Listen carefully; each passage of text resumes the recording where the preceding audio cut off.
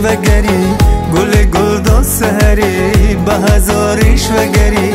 گفت برخیز بهار آمده است ماهی مادر شبی تار آمده است گفت برخیز بهار آمده است ماهی مادر شبی تار آمده است گل گلدان سحری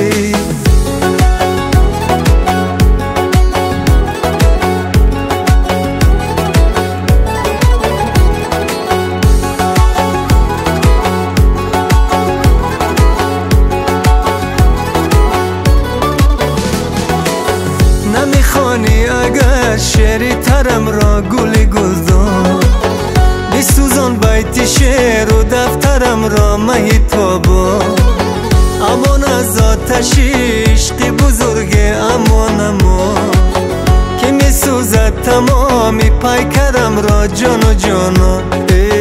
گل گلدان سحری به هزار رشوهگری گل گلدان سحری به هزار رشوهگری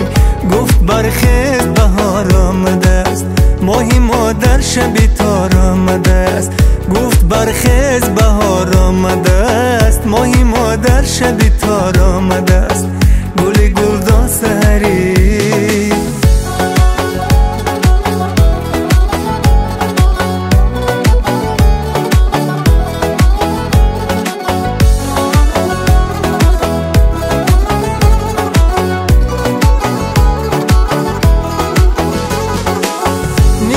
سردی تو گلخن ندارد گل گلدان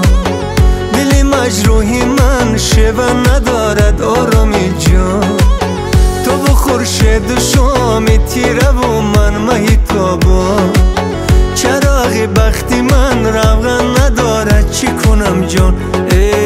گل گلدان سحری به هزار رشوهگری گل گلدان سحری به هزار رشوهگری گفت برخیز بهار آمده است ماهی مادر شبی تار آمده است گفت برخیز بهار آمده است ماهی مادر شبی تار آمده است گل گلدان سحری